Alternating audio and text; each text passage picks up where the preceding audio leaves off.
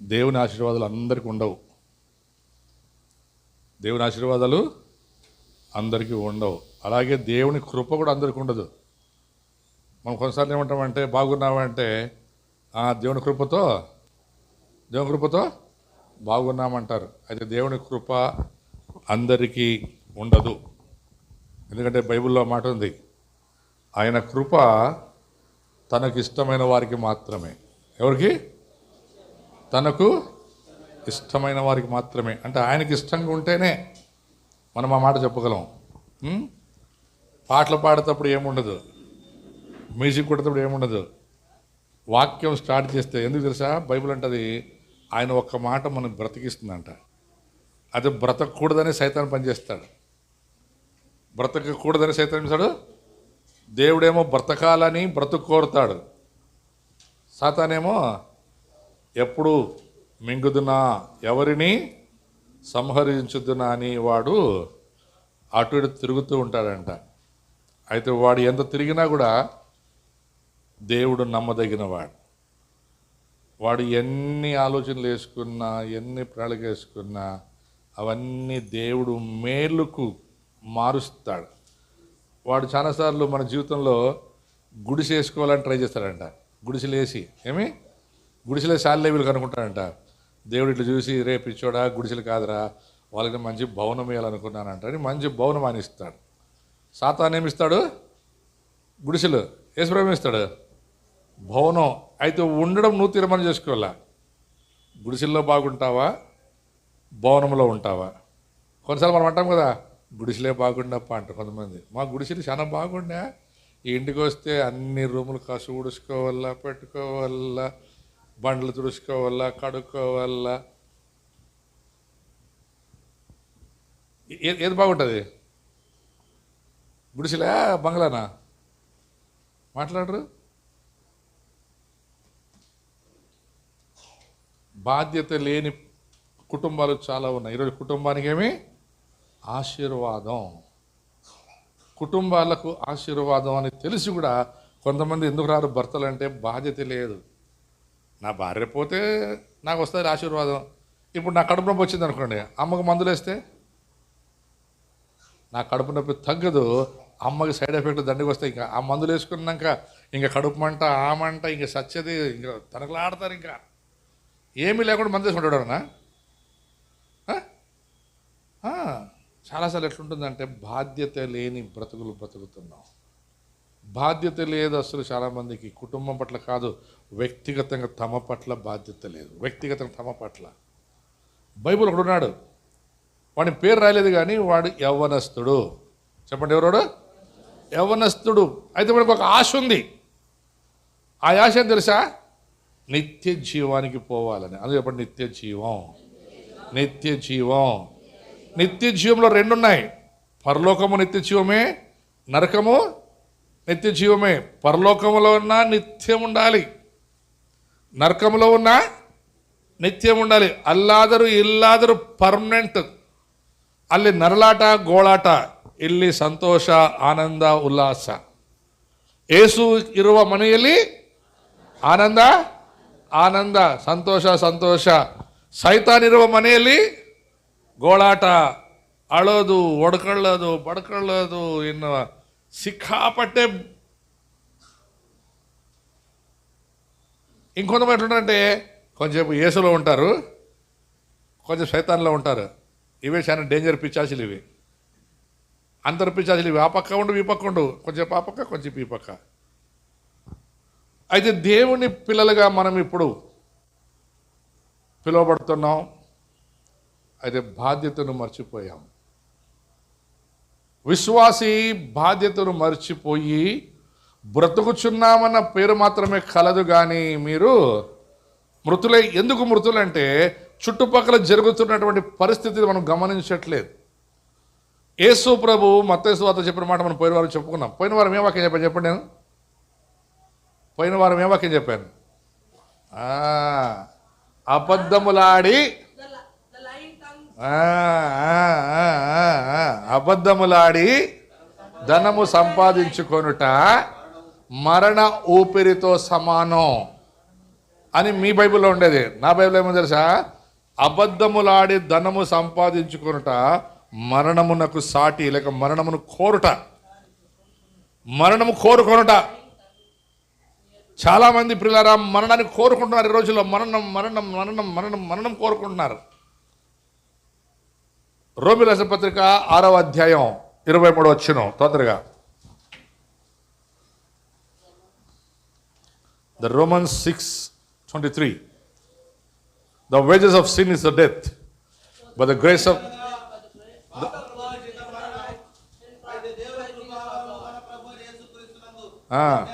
చూడండి, పాపమునకు వచ్చు జీతం మరణం అని చెప్పండి. మరణం. మరణం ఏమది? జీతం ఇంగ్లీష్లో బాగుంటుంది చూడండి. Wages of sin is a death. ಪಾಪಕ್ಕೆ ಬರುವ ಸಂಬಳ ಸಂಬಳ ಸಂಬಳ. ಕೂಲಿ ಕೆಲಸಕ್ಕೆ ಹೋದ್ಮೇಲೆ ಸಂಬಳ ಕೊಟ್ಟಿಲ್ಲ ಅಂದರೆ ಏನು ಜಗಳ ಮಾಡ್ತಿರಲ್ಲ, అది ಇಲ್ಲಿ సంబಳ నీవే సంపాదించుకొಳ್ತಿದ್ರಿ. మీ జీతాన్ని మీరు సంపాదించుకుంటున్నారు. మీ జీతాన్ని మీరే సంపాదించుకుంటున్నారు. అయితే ఆ జీతం పేరేం చెప్పండి? మరణం. చెప్పండి, అది చెప్పండి, మరణం. ఎవరికి ఇష్టం మరణం అంటే? 110 ఏళ్ళు ఉండే ముసలోనికి కూడా సావు వచ్చిందంటే, సారు బాధ చేయవా నాన్న బతకల్లా, అరే నీ ముసలుడు 110 ఏళ్ళు అయినా పోరా, పోతే బాగుండు. నాన్న పోను సారు, ఎంతన్నా ఖర్చు కానీ నన్ను బతికించుకోవా. చావంటే ఏముంటుంది బైబిల్? లాభమా నష్టమా? హలో, మరి ఎంతమందికి ఇష్టం? లాభం అంటే ఎంతమందికి ఇష్టం? ఊరికే చేస్తారు. శివం ఇట్ల ఇట్ల ఇట్ల ఇట్లా అంటుంది. నాకు తెలిసలేదా? చెల్లెత్తింది నాకు ఇట్ల ఇట్ల ఇట్లా అంటే ఎత్తలా వద్దా అని. లాభం అంటే మరి వద్దంటారు కదా మీరు. చీటీలు వేసింది దేనికి? మా మాలసిమని చెప్తా, చీటీలు వేసింది. చీటీ ఓనర్ ఫస్ట్ 3-4 చీటీలు బాగా ఇస్తాడు, 5వ చీటీకి పారిపోయి వస్తాడు. చర్చిలో కానుకలు ఏమంటే ఏరు కానీ చీటీలు మాత్రం బలేస్తారు. చీటీలు వేసిన వాళ్ళు కొంతమంది పిగ్మీలు కడతారు. పిగ్మీలు దుడిసింది పాప మాడే, వాడు బండి కడ చాడే కట్టింటాడు, వాడు 50 బ్యాంకులు వాడు పారిపోయింటాడు. నాకు కూడా తెలిసి చెట్టి చచ్చిపోయినాడు వాడు. నాకు తెలిసి 78 కోట్లు ముంచినాడంట. ఎంత మంచివాడు తెలుసా? చాలా మంచివాడు. అందరూ సార్ దేవుడు లాంటివాడు, సార్ దేవుడు మంచుడో, దేవుడు ముంచుడో. మీరు ముంచే వాళ్ళు నమ్ముతారు కానీ దేవుడిని నమ్మరు. దేవుని మీద నేను మాట చెప్పునా అంటే నాతో కలుపుకొని మీరు ఒకటే కాదు. యేసయ్యా మేము ప్రయాణం వెళ్ళిపోతున్నాం, మా ఇంటి చుట్టూ దూతల్ని కావలించు, దొంగలు పడకుండా చేయని పోయేటప్పుడు బీగం వేయకుండా పోదాం. నాతో కలిపి అన్నా నేను. ప్రార్థన ఏమి? యేసయ్యా నీ మీద నమ్మకం ఉంచి మా ఇల్లు విడిచి పోతున్నాం, ప్రయాణమయ్యి నువ్వే కొండ, నువ్వే కోట, నువ్వే కాపులు, అన్నీ నువ్వే యేసయ్యా. యేసుక్రీస్తు నామములో విశ్వాసంతో ప్రార్థన చేస్తున్నామని మర్చిపోయి లిఫ్ట్ కాడికి వచ్చి నిలబడినాం అనుకో, ఏనమ్మా బీగాకి అని అమ్మ నేను అడుగుతాను. అమ్మ నీ నాకే నానకండి అంటది. నీ నాకే మళ్ళీ ఇద్దరు వెనకలు పోయి చూస్తాం, బీగం వేసినామలే, మళ్ళీ పడిందే లేదా అని. ప్రార్థన ఏమి? ప్రార్థన ఏం ప్రార్థన? మాట్లాడరు. నాకు తెలియదు మీరంతా మంచి వాళ్ళే. నా గురించి చెప్తాను. నానే మీరు చాలా మంచి వాళ్ళు. మీరు ప్రార్థన చేసి బీగం కూడా కాదు కదా, వాకిలు కూడా ఎట్లా పెట్టారు తెలుసుకొని, అంత మంచి వాళ్ళు మీరు.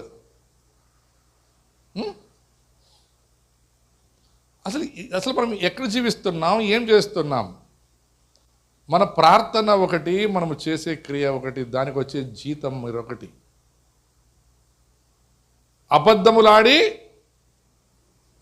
ధనమును సంపాదించుకొనుట, అబద్ధములాడి ధనమును సంపాదించుకోవటం మరణము కోరు దానితో సమానం. అయితే ఈ మరణమును గురించి అంటాడు ఇక్కడ పౌలు, పాపమునకు వచ్చు జీతం అబద్ధం ఆడడము మరణమే. అబద్ధం ఆడడము పాపమే. పాపం అంటే ఏమి? వ్యభిచారం, నరహత్య, దొంగతనం కాదు. పాపం అంటే సింపుల్ ఆజ్ఞ అతిక్రమమే పాపం. దేవుని ఆజ్ఞేమి? అబద్ధం రాడొద్దు, దొంగలించొద్దు, మోసం చేయొద్దు, నీ పొరుగువాడిని ఎద్దునైనను భార్యను ఆశించొద్దు. ఇవన్నీ చెప్పాడు. ఆజ్ఞ అతిక్రమిస్తే పాపం. దేవుని ఆజ్ఞేమి? మిన్నువలే నీ పొరుగు వారిని ప్రేమించుము. ఇప్పుడు నేను చెప్పాను కదా, ఒక యవనస్తుడు ఉన్నాడు. ఆ యవనస్తుడు పాపం చేయలేదంట. వాడు చెప్తాడు, నేను పాపం చేయలేదు ప్రభువా. యేసు ప్రభు దగ్గరికి వచ్చేవాడు అడుగుతాడు, అయ్యా నేను నిత్య జీవానికి వారసుడిని అవ్వాలంటే నేనేం చేయాలి? నేను పరలోకానికి వెళ్ళాలంటే ఏం చేయాలి? నన్ను అడిగితే చనిపోవాలి. ఏమవ్వాలి? చనిపోవాలి. అందుకు చెప్పండి, చనిపోవాలి. చనిపోతే మనం అడిగిపోయేది. మనం అది ఎట్లా చనిపోవాలి?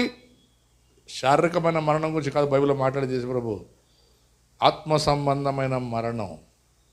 ఆత్మ సంబంధమైన మరణం. మనం శారీరకంగా చచ్చిపోయేదానికి ఎందుకు భయపడతామంటే ఆత్మలో మనం చచ్చిపోలేదు కాబట్టి, ఆత్మలో మనం బ్రతకలేదు కాబట్టి.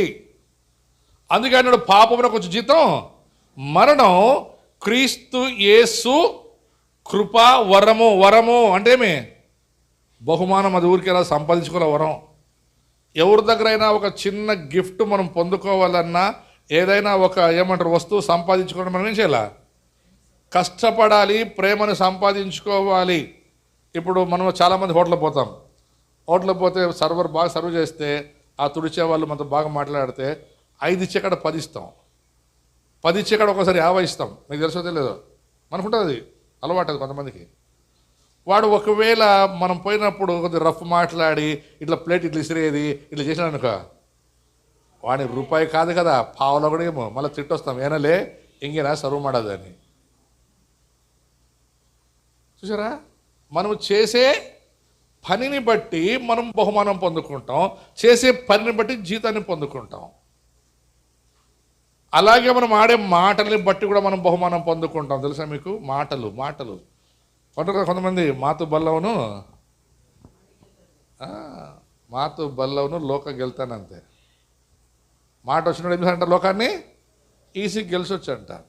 అది యేసు ప్రభు మాటల ద్వారా ఆయన లోకాన్ని గెలలేదు, కానీ ఆయన తన క్రియల ద్వారా, తన ప్రవర్తన ద్వారా, తన శక్తి ద్వారా. ఆయన శక్తి అంతా ఒకటే, ప్రేమ ప్రేమ ప్రేమ ప్రేమ. అది ఈరోజు ప్రేమ అనేది ఒక బూటకం అయిపోయింది, వ్యాపారం అయిపోయింది. అది ఇప్పుడు దవి మాట్లాడిన, ఇప్పుడు మరణం గురించి మాట్లాడుతాను.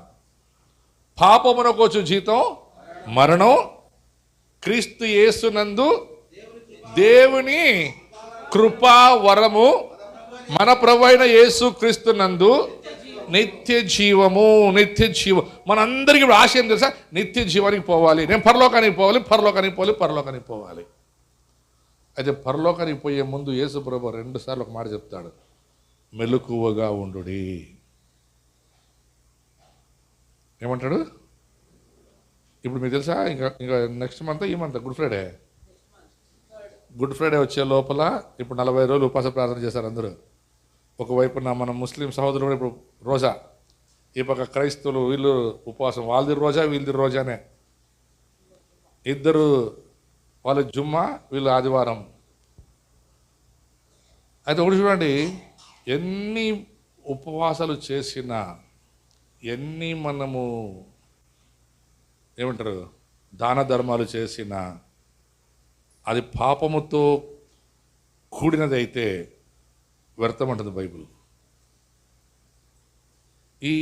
ఈ పండగలకి కొంతమంది ఇస్తారంటే అంత అన్యాయంగా సంపాదించిన డబ్బుల్ని దాన ధర్మాలు చేస్తారు.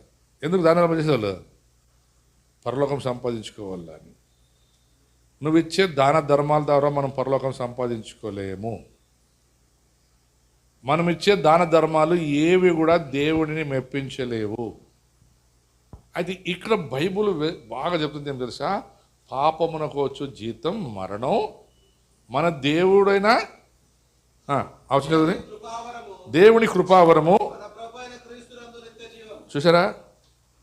పరలోకము ఎవరి ద్వారా వస్తుంది మనకి? యేసుక్రీస్తు ద్వారానే. ఆయన చెప్పాడు, ఎందరూ అని అంగీకరించుదురో అనగా తన నామమందు విశ్వాసముంచువారు. చూడండి, తన నామమందు విశ్వాసముంచు వారికి తన పిల్లలకు అధికారం ఇచ్చెను. ఆయనకో మాట అంటే నాకు ఆ మాట చాలా ఇష్టం, నేను ఉండు స్థలములో మీరుందురు. ఏమండాలి మనము? యేసు ఉండే స్థలంలో ఉండాలా, లేకుంటే సైతం ఉండే స్థలంలో ఉండాలా? హలో, ಏಸು ಇರುವ ಮನೇಲಿ ಇರಬೇಕಾ, ಸೈತಾನಿರೋ ಮನೇಲಿ ಇರಬೇಕಾ? ಏಸು ಇರುವ ಮನೇಲಿ ಇರಬೇಕಾದ್ರೆ ಏಸಾಮಂದು ಹೇಳ್ತಾನೆ, ನಾನು ಪರಿಶುದ್ಧನಾಗಿರುವ ಹಾಗೆ ನೀವು పరిశుద్ధరాగిర్రి, నేను పరిశుద్ధులైన ప్రకారం మీరును పరిశుద్ధులుగా ఉండుడి. ఇప్పుడు క్రియ చాలా ప్రాముఖ్యం. క్రియలో ఇంకోటి ఏం తెలుసా, మాటలు చాలా ప్రాముఖ్యం. మాటలు కూడా మన క్రియలే. ನಾವು ಮಾತನಾಡುವ ಪ್ರತಿ ಮಾತು ನಮ್ಮ ಕ್ರಿಯೆ ಅದು. మనం చాలాసార్లు ఒక అబద్ధాన్ని కప్పుకోవడానికి ఎన్ని అబద్ధాలు చెప్తాం? ఒక 5 చెప్తాం ఖచ్చితంగా. ఒక అబద్ధం ಕಪ್ಪುಕೋడానికి 1 ಸುಳ್ಳನ್ನ ಮುಚ್ಕೊಳ್ಳೋಕ್ಕೆ 5 ಸುಳ್ಳು ಹೇಳ್ತೀವಿ.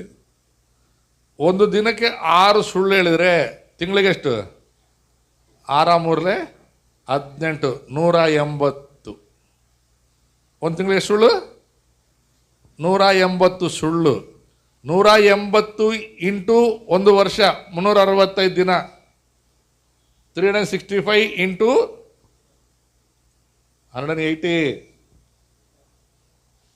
180 into 30, how many per month? Per year ఎన్ని పాపాలంట?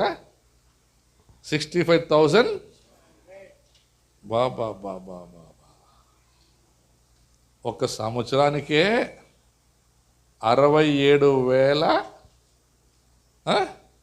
ఒకసారి లెక్కేసుకోండి. 65,700 అబద్ధాలంట. అబద్ధాలు. ఒక సంవత్సరంకి అన్నీ అయితే 60 ఏండ్లకి 65,700 ఇంటూ 60 అన్కౌంటెడ్, 39 ఎక్కువ తక్కువ 50 లక్షలు అనుకోండి. ఉత్త అబద్ధాలే 50 లక్షలు అయితే ఆ 50 లక్షలు కప్పుకోవడానికి ఎన్ని అబద్ధాలు చెప్పాలి? మళ్ళా ఎన్ని తప్పులు చేయాలా, ఎన్ని మోసాలు చేయాలా? ఇవన్నీ చేస్తే వచ్చినదే మరణం. అబద్ధములాడు పెదవులు యెహోవాకు హేయములు, అసహ్యం. ఇది మనను మరణాన్ని నడిపిస్తుంది, నరకాన్ని నడిపిస్తుంది. మనం చాలాసార్లు ఏమనుకుంటున్నామంటే, మేము యేసు ప్రభువుని నమ్ముకున్నాము, ఇక కృపలో ఉన్నాం. అందుకే అన్నాం కదా, కృప దేవుడు అనుగ్రహించు వరం. అయితే మనం ఆ కృపలో ఉన్నామనంట. ఇప్పుడు చూడండి, ఒకటో వచ్చింది, 6వ అధ్యాయం 1వ వచనం.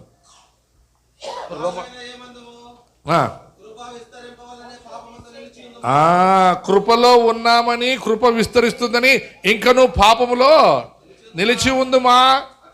అట్లా రాదు. ఇది చాలా ప్రాముఖ్యం. మనము ఎందుకు మరణానికి భయపడుతున్నామంటే, ఆ నరకానికి భయపడుతున్నామంటే, మనం ఇంకా పాపములోనే, నువ్వు ఇంకా పాపములోనే ఉన్నావు. యేసు ప్రభు రక్షణ అంగీకరించుకున్నావు కానీ, నువ్వు బాప్సం తీసుకున్నావు, నువ్వు మునిగి లేచావు కానీ, ఆడంటున్న మాట ఏం తెలుసా? ఇంకా పాపములో ఏమోలేదంట, చచ్చిపోవట్లేదు. అబద్ధాలకే మనం చచ్చిపోవట్లేదు కదా, ఇంకా వేరే వాటికి చెప్పండి. ఇంకా ఒక అబద్ధానికే మనం ఇంకా చనిపోలేదంటే మరి ఇంకా వేరే విషయాలు? అసూయ ఉందా లేదా? నాకు అసూయ లేదని చేయొద్దండి.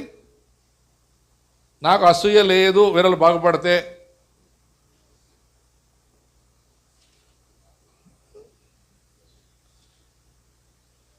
మరి కృపలో ఉన్నామా, పాపంలో ఉన్నామా? కృపలో ఉన్నావా, పాపంలో ఉన్నావా? అసూయ. ఈరోజు అసూయ మనుషుణ్ణి దేవుడి నుండి దూరం తీసుకుపోతా ఉంది. ఆ దూరం మరి కాస్త దూరం, ఆ దూరమే నరకానికి మనిషిని పడేస్తూ ఉంది. మనిషి వాడే పడతాడు కానీ దేవుడు పడేయట్లేదు పిల్లరా. కృప విస్తరించుచున్న కొలది మనం ఇంకను పాపములో నిలిచి ఉందుమా? అట్లన రాదు. పాప విషయమై చనిపోయిన మనము ఇక మీద ఎలాగో దానిలో జీవించుదుము. ఇప్పుడు ఒక పని చేయండి, బాప్తిసం చేతండి. బాప్తిసం తీసుకున్న వాళ్ళందరూ చూడండి ఒకసారి. మనం అందరము చదువు.